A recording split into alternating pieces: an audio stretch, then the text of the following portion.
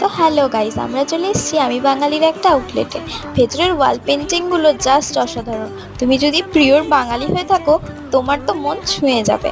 তো আজ মেনু বুকে খাবার আইটেমের নামগুলো দেখে খাবার ইচ্ছা যেন দ্বিগুণ হয়ে গেল। আমরা অর্ডার দিয়ে দিয়েছিলাম একটা চিকেন কাবিরাজি। আর সত্যি কথা বলতে এটার পিসটাও বেশ ভালো ছিল, খেতে তো ভালোই টেস্টি ছিল। তারপরে আমরা অর্ডার করেছিলাম একটা লিচু লঙ্কার শরবত, এটাও খেতে মোটামুটি ভালো ছিল। তারপর করেছিলাম থালি, যাতে ছিল চিকেন, পোলাও, চাটনি, পাঁপড় আর স্যালাড। সত্যি কথা বলতে এটাও খেতে বেশ ভালো ছিল আর রিজনেবল প্রাইসে। দেখো আমাদের খাওয়া হয়েও গেল। তারপর আমাদের দিয়েছিল পায়েস। খাবারগুলো খেয়ে কিন্তু পুরো রাজকীয় ফিল হলো।